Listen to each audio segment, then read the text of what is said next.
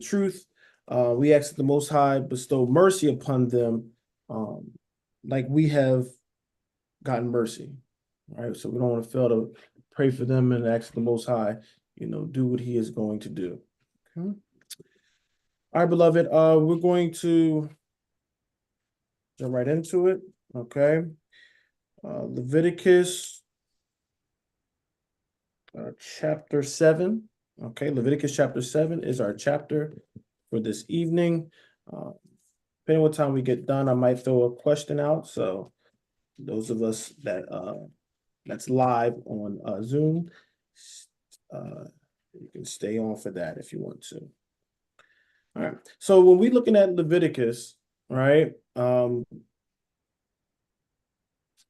chapter by chapter, remember he broke down all the sacrifices. Okay.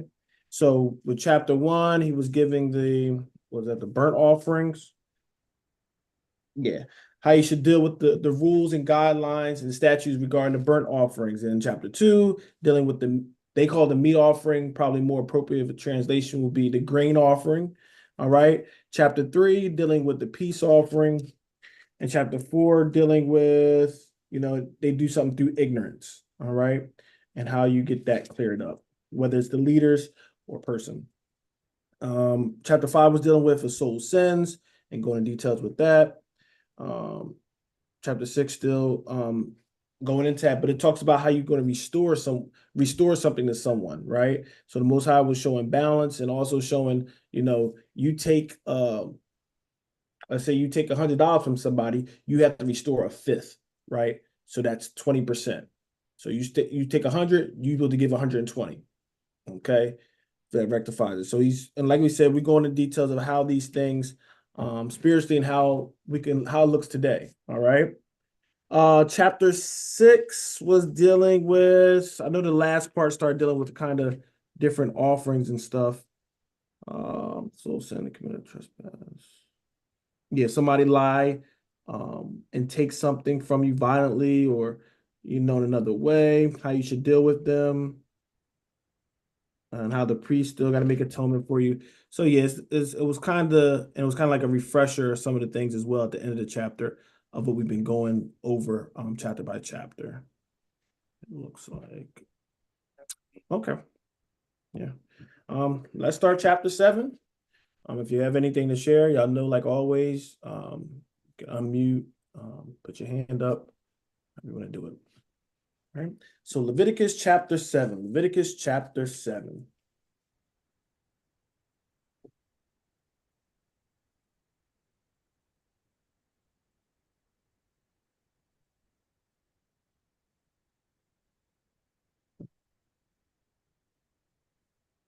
So we're going to do 2 verses at a time, beloved. We're going to do 2 verses at a time, starting at verse 1. When you're ready, brother, you can start reading. Likewise, this is the law of the trespass offering. It is most holy. In the place where they killed the burnt offering, shall they kill the trespass offering, and the blood thereof shall be sprinkled round about upon the altar.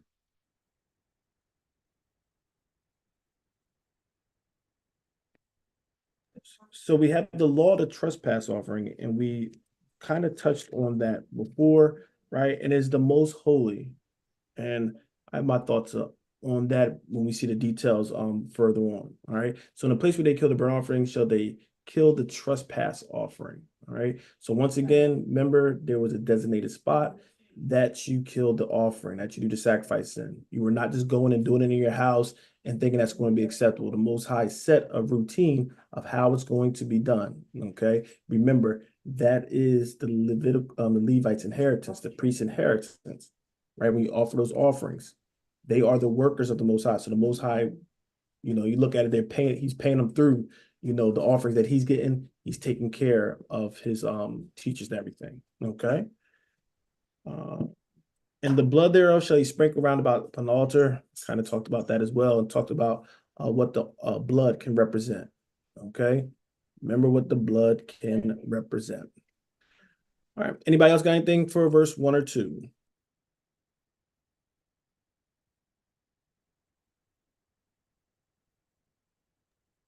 If not, do the next two verses. And he shall offer of it all the fat thereof, the rump, and the fat that covereth the inwards, and the two kidneys, and the fat that is on them, which is by the flank, and the caul that is above the liver, with the kidneys, it shall he take away.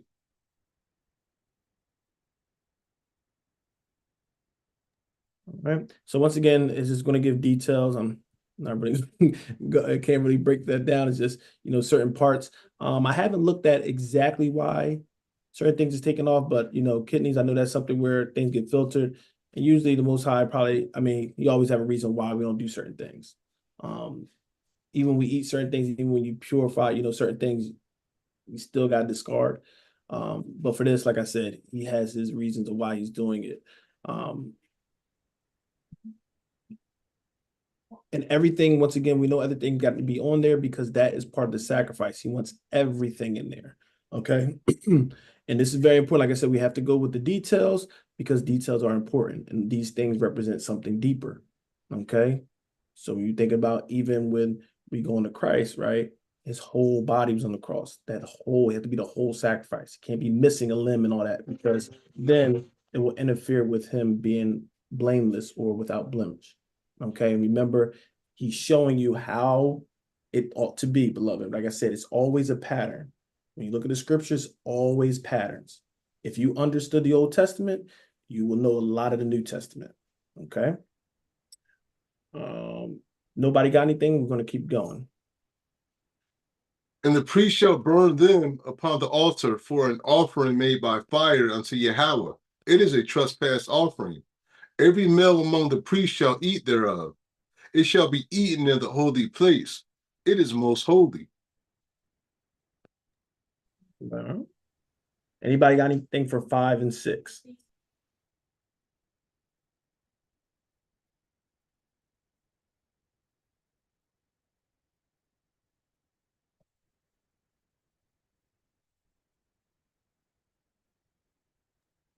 All right. The priest shall burn up upon the altar of an offering made by fire to Yahweh. We already know that. Trespass offering, keyword, when trespass. Okay. Every male among the priests shall eat thereof. It shall be eaten in the holy place. It is most holy. Listen, every male among the priests shall eat thereof. All right. That is their inheritance. Okay. So once again, once male, they're the ones that's dealing with the services. Okay. It's not a sexist thing. I know a lot of people try to make it sexist. It's not a sexist thing. The Most High have a reason why he's set up like that. Okay. So the males are taking of it. They're the ones that's working the altar. And this is what Paul talks about in the New Testament. Basically those that how does it work? I'm going to paraphrase because I forgot exactly how it's worded, but basically those that work and sacrifice at the altar, they're the partakers of the altar, right? When he's making that reference, because what? So the Most High, the priests working the altar, right? They're giving these sacrifices, and they're reaping the benefits of it, right? They're eating the sacrifice. All right. So this is what Paul was dealing with when it comes to the priests. Okay. So they're eating thereof. And this is why, beloved, there was a big problem, right? Remember, Paul was addressing the problem about things offered to idols and all that kind of stuff. And remember, he's going deep with some of this stuff, spiritual, like these idols ain't nothing and everything, but also he's talking about, don't you know that those that, attain or, attend to the altar, they take of it, right? So this was something where what? Those that were the workers, right, that's in the temple, which will be the priest for us, right? They're doing these sacrifices, they're consuming the sacrifice. And when you understand the depth of what they were doing, you will see why it wouldn't be an idea of eating anything else from another god, right? Because if you're in Zeus temple, they got priests too. They're sacrificing, they're eating of it, right? But that's a communion thing they're having with them and their God, right? Even though it's a false God, that's how you're looking at it. So when we understand what our thing was, that's why a lot of our forefathers like, nah, we're not touching the sacrifices of, these things that they offering, right? because that's deeper than you just eating some regular food because of who you're offering it to. All right. So they thinking when they consume it, forefathers like, listen, if we consuming something that they offering to Zeus, it's like we attributing ourselves to Zeus, right? Like we're connected with Zeus because they're offering it to this or whoever God they're offering it to. So y'all see why it was a commotion with it. You know, Paul brings out certain things, but you'll see why there's some, tension between certain things because like, I don't know, this is deep. And Paul understands these things as well. So you have to understand he's also what point of view Paul comes and talking to and what audience he's talking to, right? Because at one point he's trying to give you an understanding, and another point he's still telling you, well, you still should be a practice of yours, right? Like, yeah, they're dealing with another God, but we know that it ain't no thing. It's an imaginary thing, something in their head. So what they're offering to them, it don't mean nothing.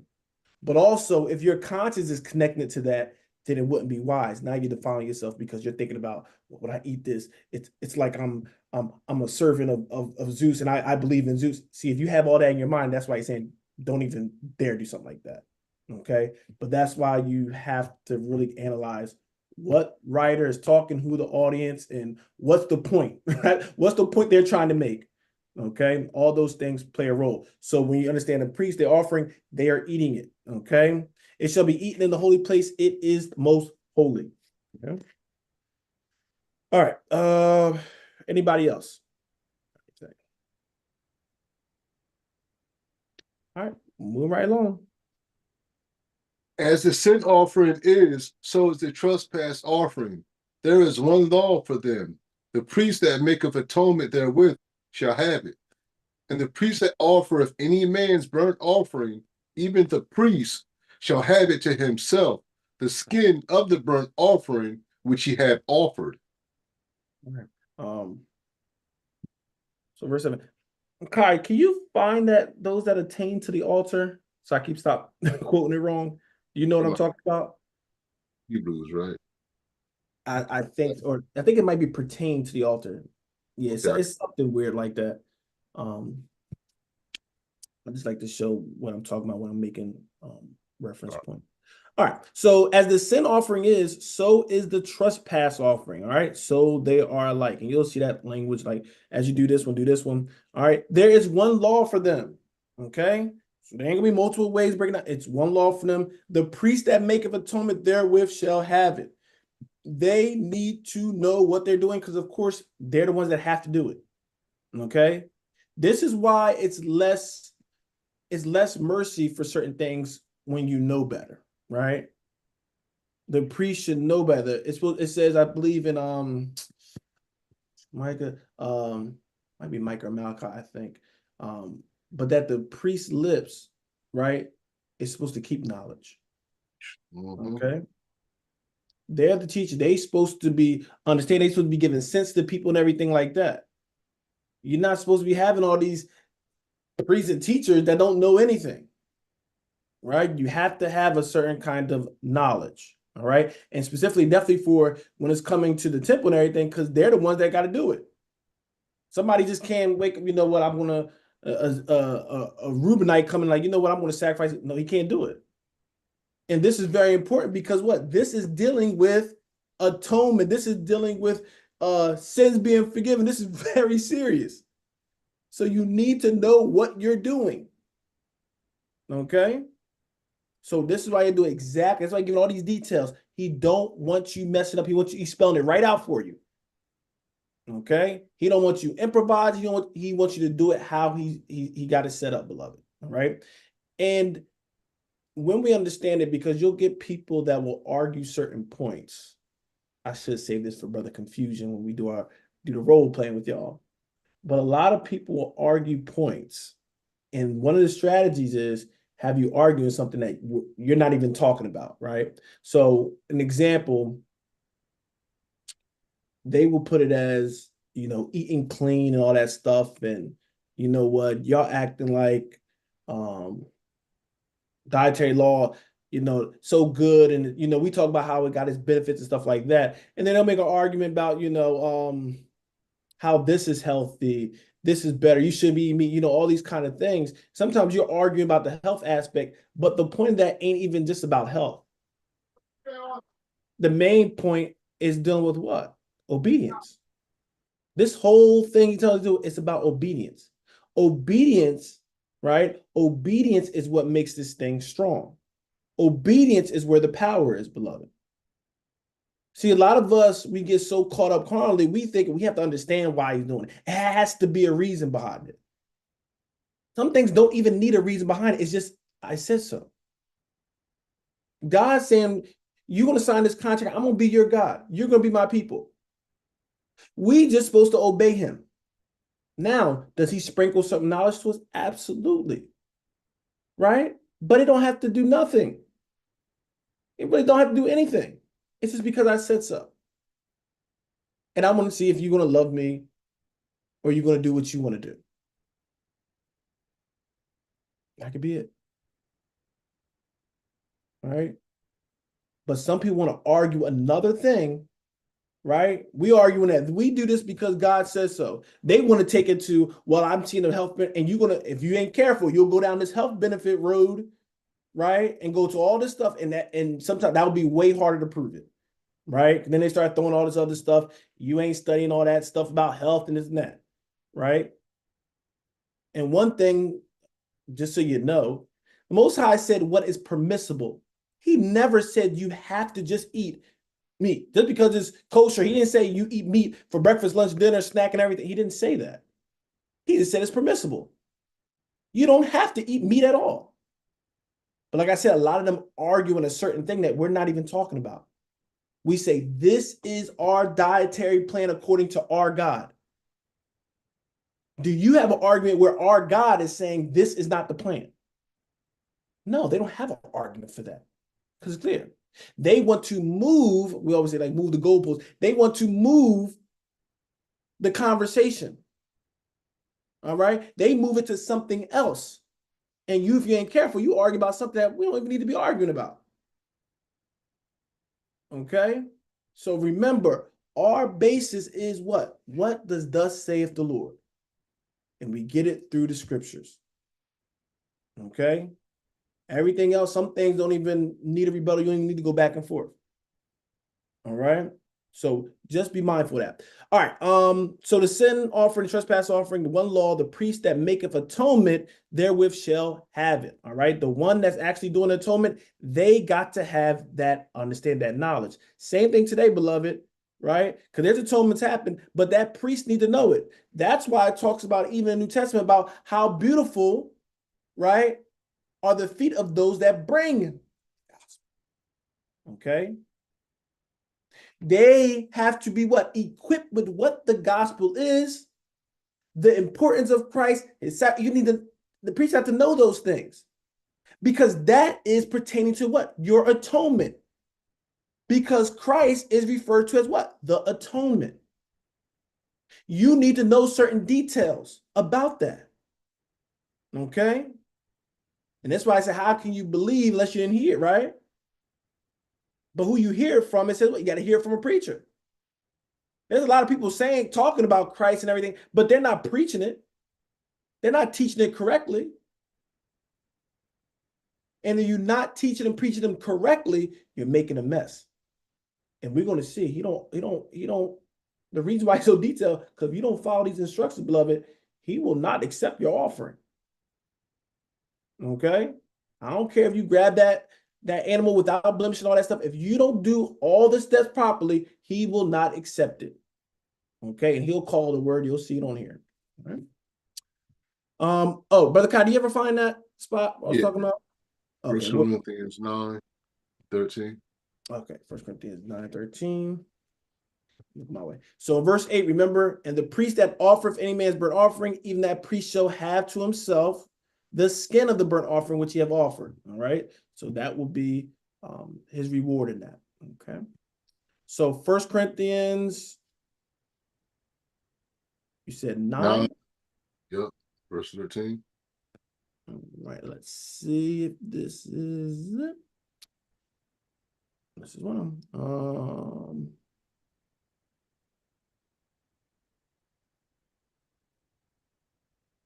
Yep. I think there's another one too that's related to this, but yep, this is one. All right, you can read that for us. 1 Corinthians 9 and verse 13. Matter of fact, let's go up because Paul's making this, he's making a point of it. Go up to, all right, because he's talking about basically you reaping of your labors. All right. Even now, the if you got people that's administrate like doing the ministry and stuff, they can reap of the labors. Okay. I don't want to go too far into this. All right, go to verse 7. Go to verse 7. Let's just read it real quick. Who goeth a warfare any time at his own charges? Who planteth a vineyard and eateth not of the fruit thereof? Or who feedeth a flock and eateth not of the milk of the flock? Nobody. I ain't going to war and I ain't gonna get no spoils of war. I'm just gonna sacrifice soldiers, go put up all this money to fight and everything, and then we win. It's like, all right, well, keep the gold there, don't mess with this. Right? No. These rhetorical questions. Who plants a vineyard don't eat the fruit of there? Anybody plant a garden and be like, you know what, I'm not gonna touch it. It's gonna let it grow and then just die or let everything else eat it? No. Who feeds the flock, eat not the milk of the flock? Okay, who do not benefit and reap of the flock. Okay. He say, verse 8. Say I these things as a man, or saith not the law the same also? Am I saying as a man? Not that now Paul saying he's a God, right? He said, am I saying this carnally as a man? Because people always want to put it when you in certain teaching position, they always put it like, oh, you're doing that for yourself. You're doing it to benefit yourself. Right? And there's a lot of people that do things selfishly, right? But Paul's like, am I getting this from me? Because there's something with me that I desire, or whatever, or do the law say it also? What is he saying? Or does God teach this also? Okay. Verse 9. That's something people that try to throw away the law. Why is he saying, or the law? What is he trying to separate? Him from what? God's authority. Is this me saying this, or does what? The scripture of God promote this? Okay. Verse 9. For it is written in the law of Moses, thou shalt not muzzle the mouth of the ox that treadeth out the corn. Doth God take care for the oxen? Yes. So when we're doing work with the oxen, right, going, and sometimes corn or something will fall to the side. And like the animals will do, sometimes they'll go and try to eat it. Saying you don't muzzle, you don't pull the ox, you can't eat none of that, right? No, he's working hard and everything. Some fall, go ahead and reap that and eat your little snack and keep going. Okay. So he's saying this is how God takes care of them, right? Oxen doing the work, he's what? He's reaping from the labor of his work. Okay. So this is how he takes care of, some of the animals. Verse 10. Or saith he, it all is together for our sakes? For our sakes, no doubt, this is written, that he that ploweth shall plow in hope, and that he that thresheth in hope shall be partaker of his hope. Okay. So now we're talking about himself. Okay. Well, we're saying we. All right. He that plows shall plow in hope. Okay. And what? And that thresheth in hope should be partaker of this hope. Okay. So the workers should be able to take they should be able to reap the benefits. All right. So when we talk about reap what you sow, that's part of it. Right. You sow something, you should be able to reap of it. The same thing when we might have some older folks, mom, like there's nothing free in this world. That's that kind of thought process, right? Get something, somebody got to work or do something for it. So same thing with the ministry. They would what? The priests would go in there doing these sacrifices and they will what? Reap from it. That's how the Most High will take care of them. All right. When they didn't have jobs and everything. So the sacrifice, these offerings, right? That were given to the Most High, the what? His servants, his ministers will reap off of that. Okay. What verse? Yeah, 11. Yep. Okay. If we have sown unto you spiritual things, is it a great thing if we shall reap your carnal things? So like, listen, if I'm giving you the spiritual things, right? I'm giving you spiritual bread, right? Love you giving the truth and all these kind of things. He said, is it great that we reap carnal things? Right? Because some people don't understand. If you understand what this truth and gospel is, the scripture's talking about it's priceless. A man will buy a whole field if he knew there was treasure in it. Saying we give you this spiritual stuff. It's way more of a value than anything you give me carnally. So that's what he's saying. We give you spiritual things. Is it a great thing that you give us something carnal? Right? So yes, some of them will, get money, things like that. It's not against the law, right? It's not nothing. But Paul will go and say, sometimes he'll say, I don't want that because I know how it looks for some people. Definitely if you got done wrong by preaching all that kind of stuff, you're like, nah, I ain't dealing with that. But he's saying that is a power and a right that he does have because the Most High have given that kind of order for it. Okay. But you'll see it. Verse 12. If others be partakers of this power over you, Mhm. are not we rather? If other people can partake Nevertheless, and have this power, he said, don't we rather have this as well? Read.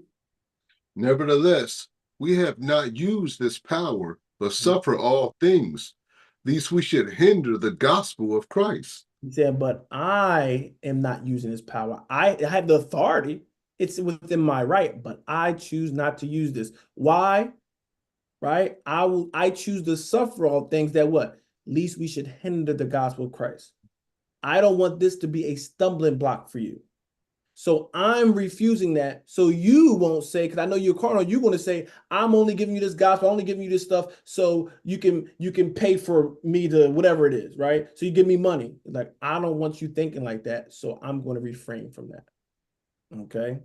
So beloved, this is why I said we got this. There are teachers and stuff, they can get paid from the ministry. It's not a law like that. The problem is paying people that ain't true teachers that are really ministering, right? We here going with Paul saying we don't choose this, right? We don't use this power. We don't want nothing hindering nobody for like, oh man, can't come to class because I didn't get okay. But there's other people in a place that will do it. It's not wrong if they go with it, but you better make sure you're doing the work. Okay. God has blessed us with jobs, right? That's taking care of us. And we're not so busy where we have to leave that and everything, right? But sometimes things can grow. You start getting a lot of people and you gotta, talk to people full time. Like sometimes you can't even have a job when you get so big. So some of them might have to leave that and they'll take, they can kind of take this role. All right. I'm gonna be fair. I'm not gonna lie with it. Now, when I'm talking about taking care of them, some of them abuse the power. They gonna Yep. be on taking care of them. They, robbing the people. That's not right. All right, but beloved, you need to investigate who you under. All right, you got a thief. You got a thief. You got to get from under the thief. All right. Let's keep going. Verse 13. Do ye not know that they which minister about holy things live of the things of the temple? Mhm. And they which wait at the altar are partakers with the altar? All right. So don't you know those that remember them priests? Right? They minister, they serving about the holy things. They live off the things of the temple. That's their livelihood. That's what they do. They work in the temple. All right. So this is why with their food and everything, they don't got job. They can't go out and work and labor and buy it. No, they work in the temple the whole time. So their reward is what? Through the ministry, because they're working in there. But what? And they which wait at the altar are partakers with the altar. All right. So remember the priest that we're going back to Leviticus 7, right? Right. When you go back there, well, not just Leviticus 7, we're going through all these. Remember, what are they doing? They're at the altar, right? You offer this. All right. Now the priest takes this, he'll eat he's living off the altar. They're partakers of the altar. Okay, because what's happening on the altar?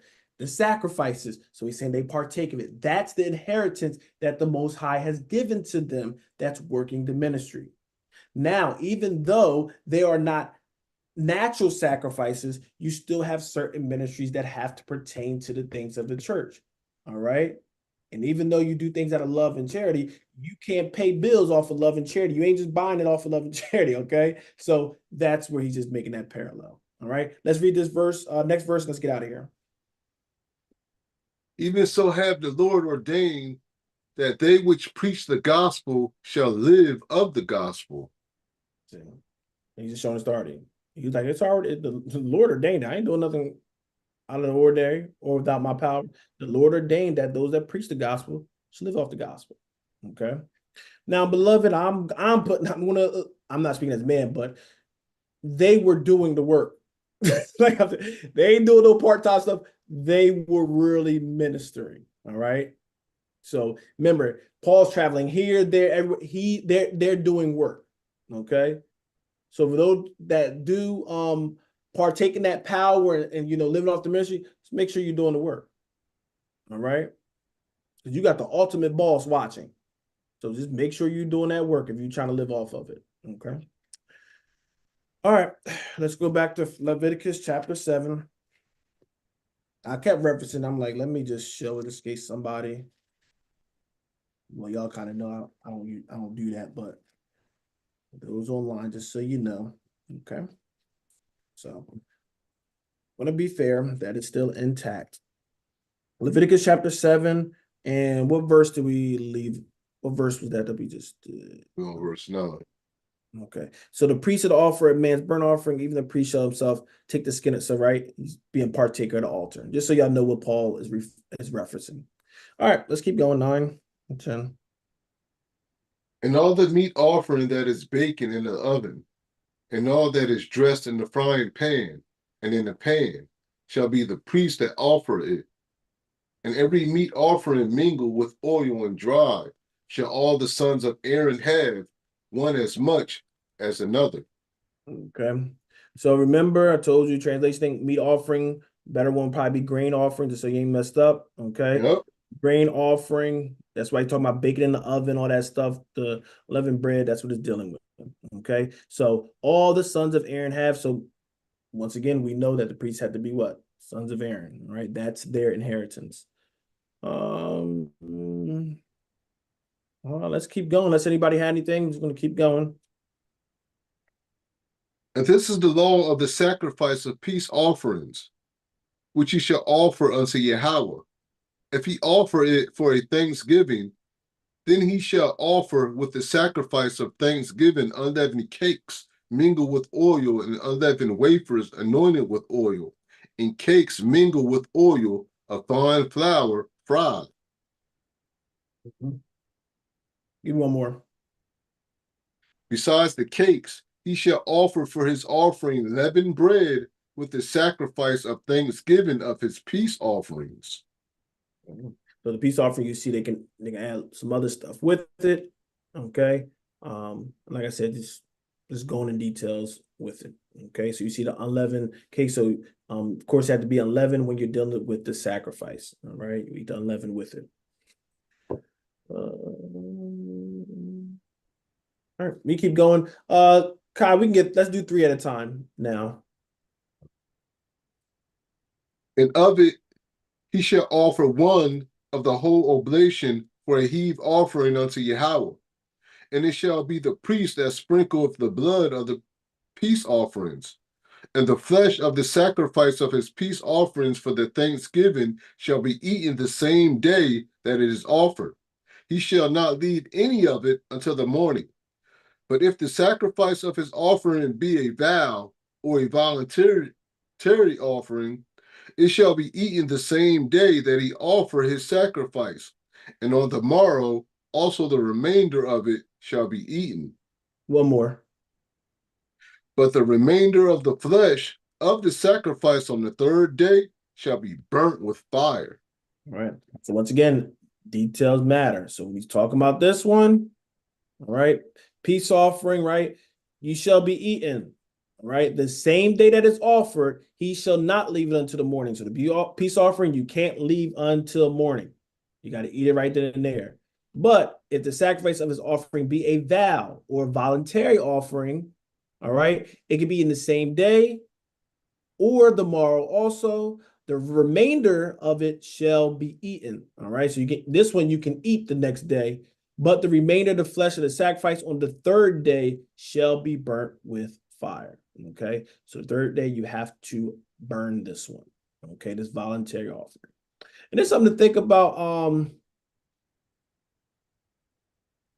I was thinking about this even with food because we love leftovers and everything. But I will say after like probably the third day and everything, things is going to get real, probably get sick after that, right? So maybe the Most High, of course, that could probably be the practical reasoning as well, right? Usually 3 days is that max, all right? Mhm. Um, Anybody got anything they want to add?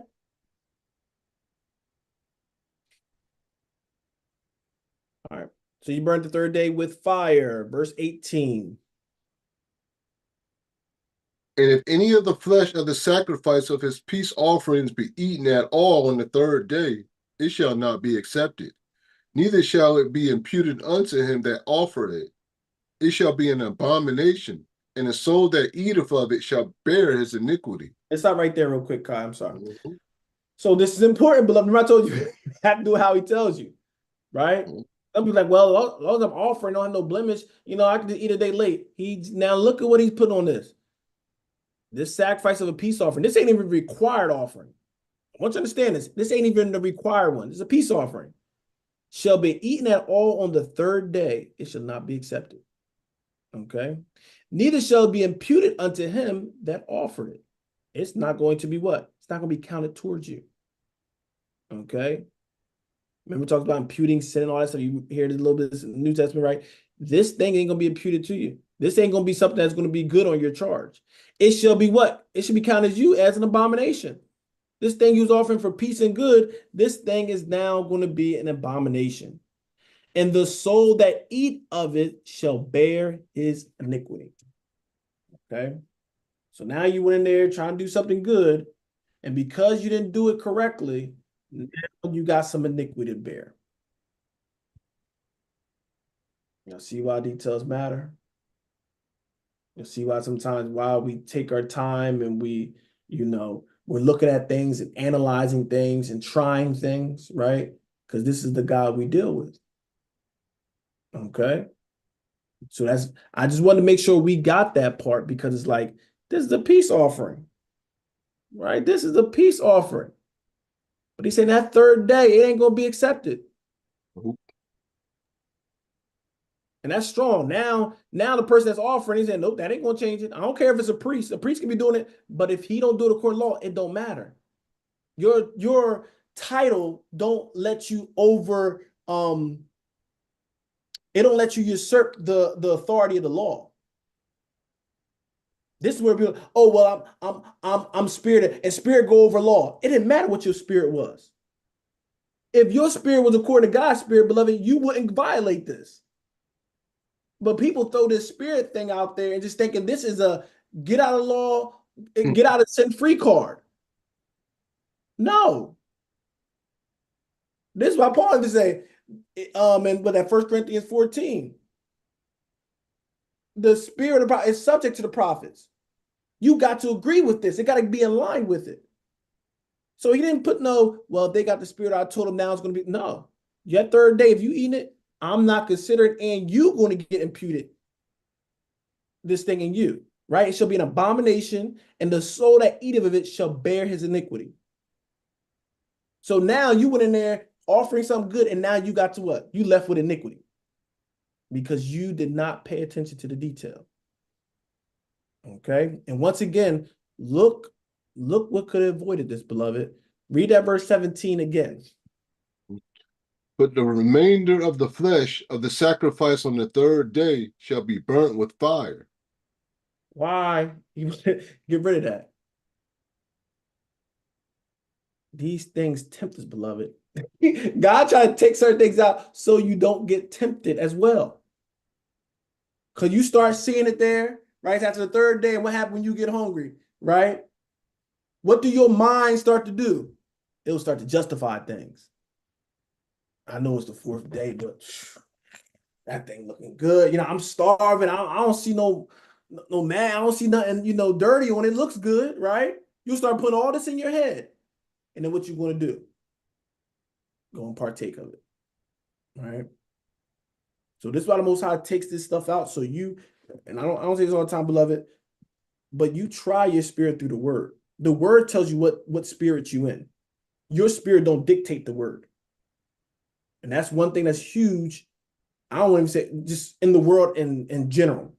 Everybody loved this spirit aspect because they feel like now I can supersede God's word. I can supersede his commands. Okay? It's a dangerous, I'm about to say it's a dangerous drug, right? It's a dangerous thing, beloved. Okay? Do not be used throwing that spirit card out there. Definitely if you're going against, what the scriptures say. Okay? Matter of fact, Brother Kyle, let's find that scripture. He never gave license to sin. I think it's in, I don't know if it's in Sirach.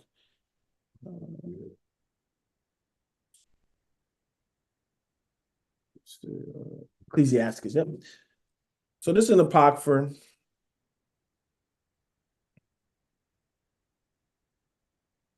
Yeah, because people just love, oh, the spirit told me. Well, you got to think the spirit can do what it wanted. No, it cannot. Not God's spirit. Not the spirit of the world. Oh, it does whatever it want when it want. That ain't never changed. But if you got the spirit of God, that sounds crazy. That's going to be going against itself. You saying I got the spirit of God, and then you saying this is the spirit of God, but now there it's a clash. That's why he said God is not the author of confusion. See how that's confusing? Well, the Bible says this, but I feel through the spirit I can go against it. That's confusion, beloved. Okay. So this is Ecclesiasticus, also known as Sirach. Read that verse 20. If you ever think, well, this was the law, but God had them go. Look at read verse 20. He have commanded no man to do wickedly, Mm-hmm. neither have he given any man license to sin. Ah. He never told you to do that. So when we see even forefathers and foremothers doing something wicked, was it God command them to do that? Oh, That was them. The Bible just tell I tell you, the Bible just tell you the good, bad, and ugly. It's just showing you. Don't think, well, I see our forefather do something wrong, so that means God's approving it. No, that person just did wrong. So he never commanded somebody to do something wickedly. Neither have he given any man license to sin. What's license? A right. He never gave somebody a right to sin. So you see some man, yeah, God just, I guess he just allowed it. He never gave him a license to go against the law. Okay. That's the writing, beloved. This ain't Michael's thoughts. That's what it's saying. Okay. All right. Let's go back to Leviticus chapter 7. And that's why it's like, when they go into Christ, yeah, but Christ can do what he wants because he can't, I know he can't do what he wants or will be in violation of the law. That's what people don't realize. Can't just start freestyle doing everything. No. That's why you always go and say what my father commanded. You know what I mean? He's always kind of giving you that validation. I'm doing everything my father, I'm under that authority that he's giving me. Okay. And even when he's in the spirit, he's not what? He ain't going there breaking laws and being no. He's still what? Right in tune with it. Okay. All right. What verse we at, brother? verse 19. All right. Let's keep going. If nobody have anything. And the flesh that toucheth any unclean thing shall not be eaten. It shall be burnt with fire. As for the flesh, all that be clean shall eat thereof. But the soul that eateth of the flesh of the sacrifice of the peace offerings that pertain unto Yahweh, having his uncleanness upon him, even that soul shall be cut off from his people. Somebody give me an example of uncleanness somebody can have on them. Somebody think of an uncleanness that somebody can have on them.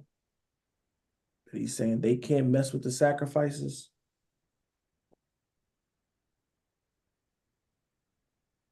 What are some ways you can be defiled? Leprosy. She's a huge one. Yes. Leprosy. Well, women, y'all have one that's prominent just for y'all. There's one specifically just for women. What you got? You got leprosy, that time of the month. women, y'all could not. Y'all will be in the uncleanness as well.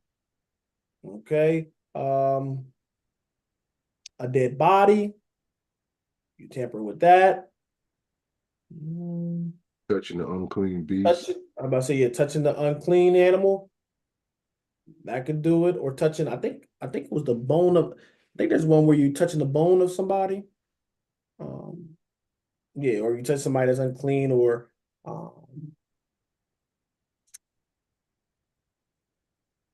also when that bodily fluid come out of men when they're getting excited, right? When you're doing that with your partner, I think that can make you unclean till the evening if you have to wash yourself, whatever. So once again, just showing you different examples. Now, unclean doesn't mean that they're in sin.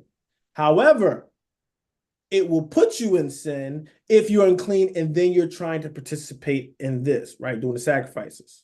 Okay. So once again, being unclean of itself is not sin. What you do while you're unclean, that can put you in sin. Okay.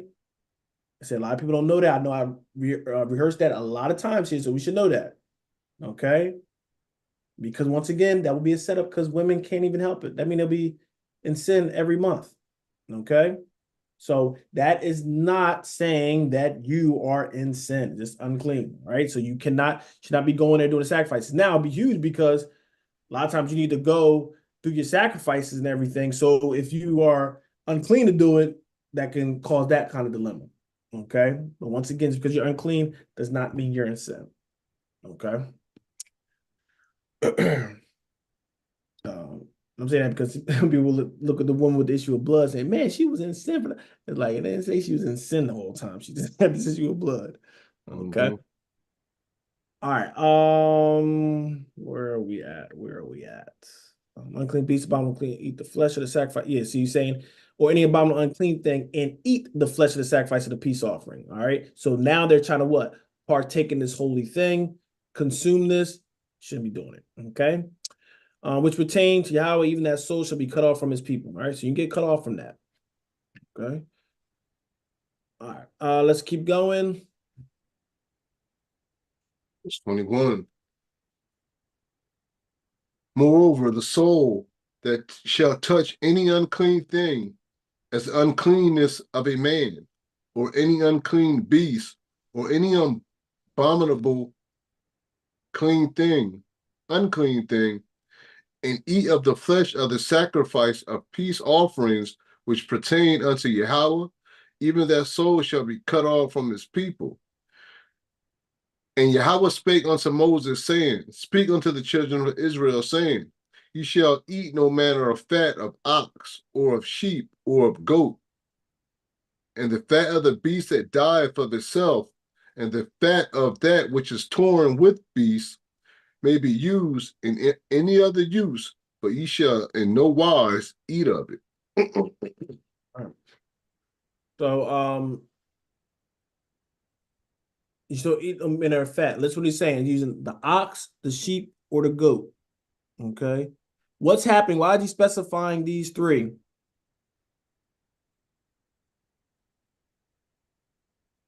Why is he specifying these three animals specifically?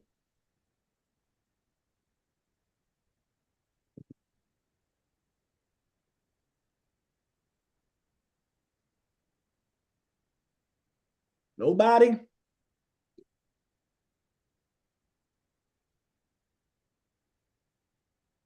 All right, I ain't saying it either. All right, let's keep going then. And the fat of beast that dieth of itself. All right. So when we dealing with, because it's kind of transition. So when you're dealing with a beast that died of itself, nowadays a lot of times you'll call it what? Roadkill, right? And the fat of that which is torn with beast may be used in other use. So if we seen like and of course it's talking about dietary. That's why never mind, I ain't going that route. So when you see, let's say you see a dead sheep on the side, right? You don't know how it died. Do not eat that. Most I saying don't eat that. Why do y'all think? Because I say most is practical. Why do you think he tells you don't eat something like that? What people call roadkill.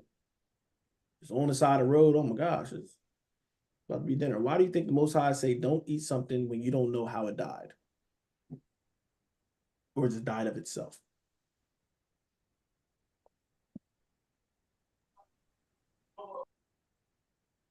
What's our thoughts? What's our thoughts?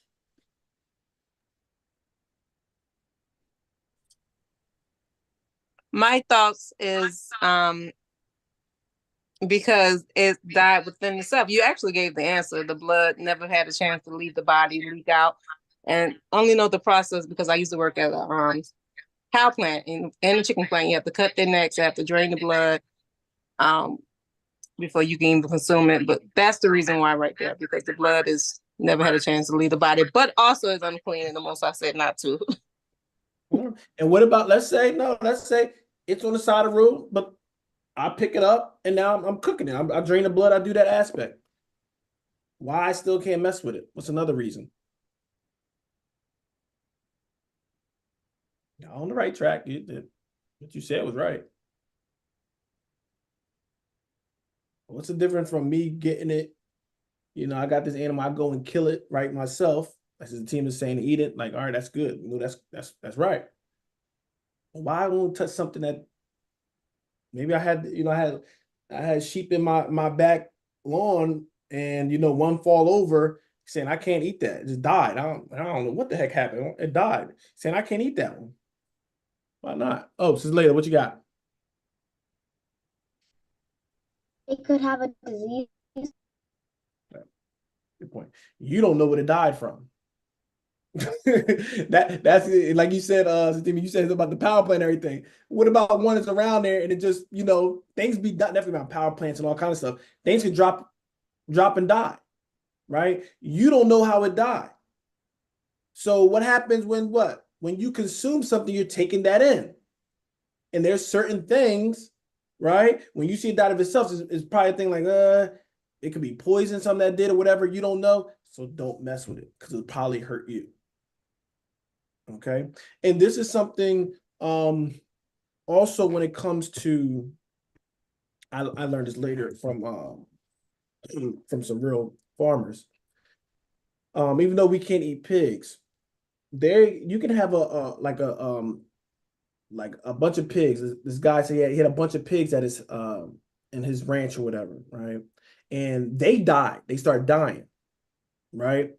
And sometimes he was talking about, you know, possibly buying, selling his pig to somebody else and everything. And what stopped it was there's certain diseases that sometimes they can have amongst their own. But if you try to transfer that to somebody else's herd, it can kill them, right? So there's a lot of little details that I wouldn't even think about, like just kind of mix them. But there's a lot of little things you have to be aware of and know that, like I said, we sometimes far removed from certain things, right? But the Most High is trying to show us, don't just be eating anything. You'll know how it died and everything. You know, it could have drunk something, like you said, poisonous. Could have drunk something crazy. Could have ate something that just didn't agree with. But that thing, it might not even be able to be purged even through cooking. Like I said, you know what I mean? So some things to think about. What you got, sis? A precept, Deuteronomy 14 and 21. Mm-hmm.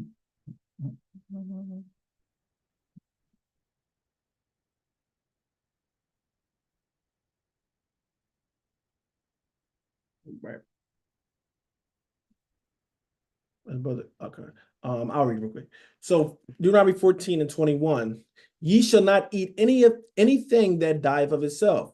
Thou shalt give it unto the stranger that is in thy gates, that he may eat it, or thou may sell it unto an alien, for thou art an holy people unto the Lord thy God. Thou shalt not seethe the kid in his mother's milk. Yes, it's precept directly for it. Okay. So don't get the eating of things that just die of itself. I mean, a lot of people that eat the roadkill, they eating abominable stuff, so it wouldn't matter in that aspect. But no, you shouldn't do that. Okay. And then he gives the details. I'm sorry, I'm going to another section. So that's one thing, like I said, one practical thing. Don't mess with it because you don't know how it died. All right. And that can be harmful. All right. Somebody might eat it and it might be perfect, but it can be harmful. So, like I said, you don't want to take a chance. The Most High is not taking that chance with his people. All right. So, once again, that's something for us that he put in place.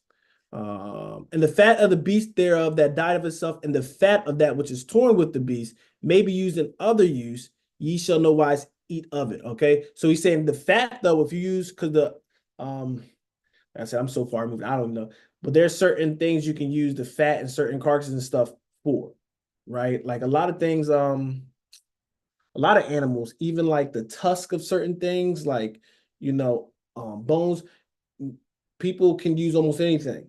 A lot of times they say America's like wasteful, but like any they can use a lot of things. So sometimes like soaps and stuff, I think they can be made off of like tusks of maybe like rhinos or elephant. So it's a lot of different things you can use it for. So he's just saying for the consumption, don't use it, but if it's something else that they use the fat for, I guess you can use it for that. Okay. So he's worrying and focusing on the consumption. Okay. And once again, he's using even torn with beast. Okay, a beast was a carcass laying there. All right.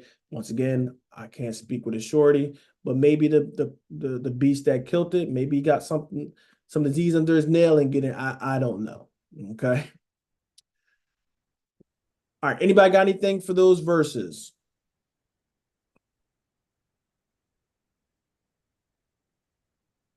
All right. Let's keep going. Moreover, ye shall eat no manner of blood, whether it be a fowl or a beast, in any of your dwellings. Whatsoever soul it be that eateth any manner of blood, even that soul shall be cut off from his people. So no steaks and bloody or no, you can't have the blood. All right. You can't have the blood. You'll see a lot of people they actually prefer it with the blood. All right. So you watching them shows, you'll see a lot of them pagan practices that they'll be cutting, sacrificing the animal, and they got the blood and take the intestines out. Sometimes they'll take a bite of the heart or something. This is pagan rituals. We wouldn't do that. Okay. So he does, there's separation at the Most High do it because, like I said, he wants to separate us from the world. Okay. So a lot of them, even though they might sacrifice, they do different stuff with it, right? But the Most High had a certain direction that he wants to do it because it has reasoning behind it. Okay. So if you were drinking the blood, doing all that kind of stuff, no, you don't do it. And that's why we know that, and this is why I say when we're talking about during Christ, remember that's why the Pharisees and them had they had an issue, right? Because Christ said, unless you eat my flesh and drink my blood, you you ain't gonna get it, right? You ain't gonna get it. They like, man, we know this guy's crazy. And they're right. Right. Listen, beloved, they were right if he was talking about his flesh and his blood, right? Because that's cannibalism. No. The law, we know the law said you can't do that. That's how we'll know. If he was serious and talking about eating his literal flesh and drinking his blood, literally, this brother crazy. This brother's a false prophet. Ain't no way. But they didn't understand what he was meaning by that. Okay. So this is why, we have to get understanding. Because see, some people that don't have understanding, they will hear that. And if he was talking about literally, well, he said it, he's the Messiah, so you're gonna do it. People know if you had sense, no, the Messiah wouldn't tell you to do that. Okay. So he was doing it, even though he is the representing, right, with the bread and the wine, right, is taking on him. He put that in place because he know that what wouldn't violate the law of it. Okay. So remember, I tell you, he always showing something. All right.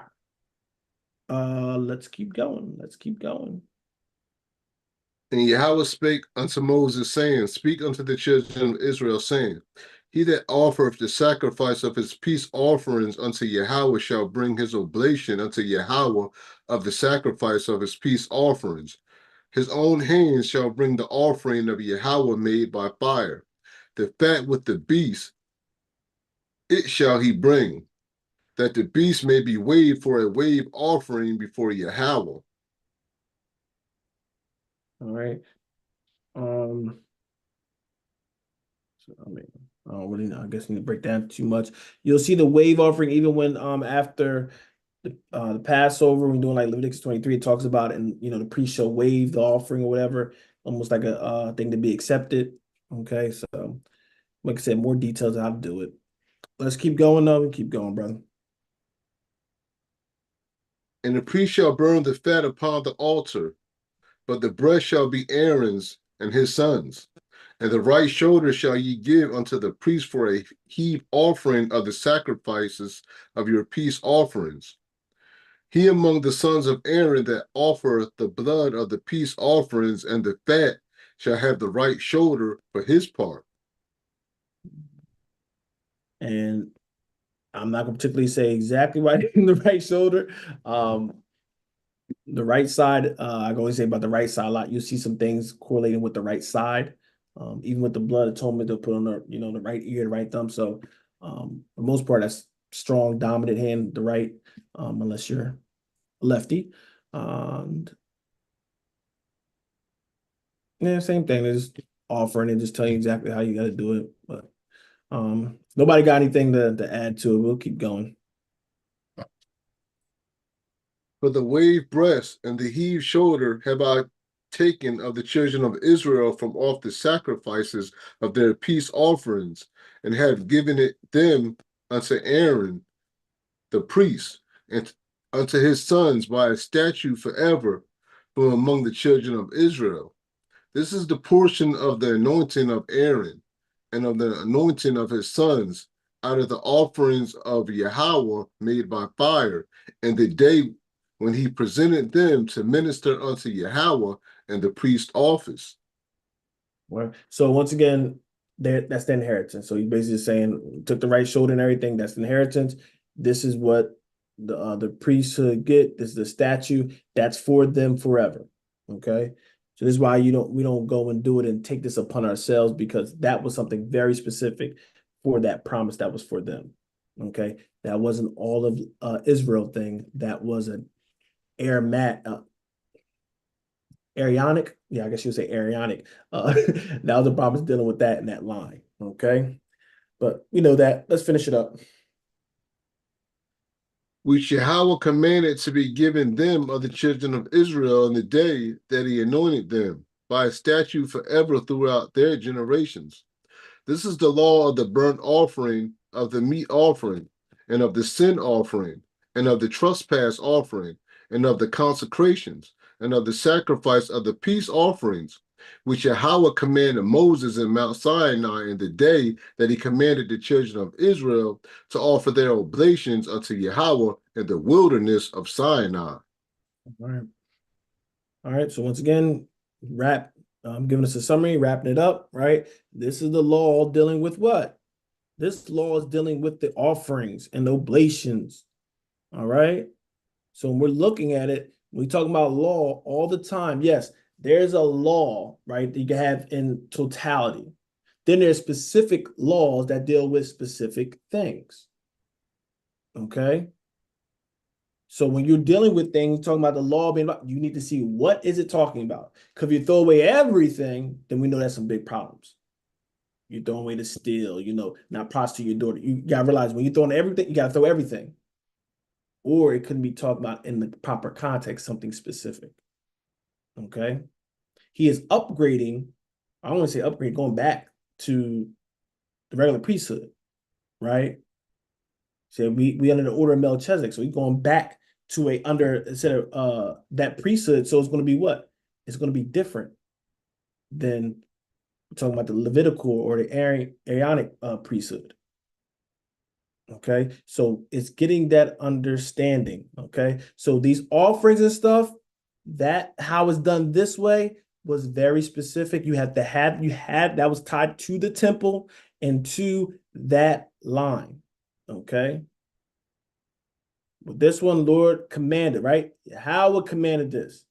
He told Moses to do this. This was not Moses' idea. There's a law of Moses. No, the Most High instructed Moses, this is what you're going to do.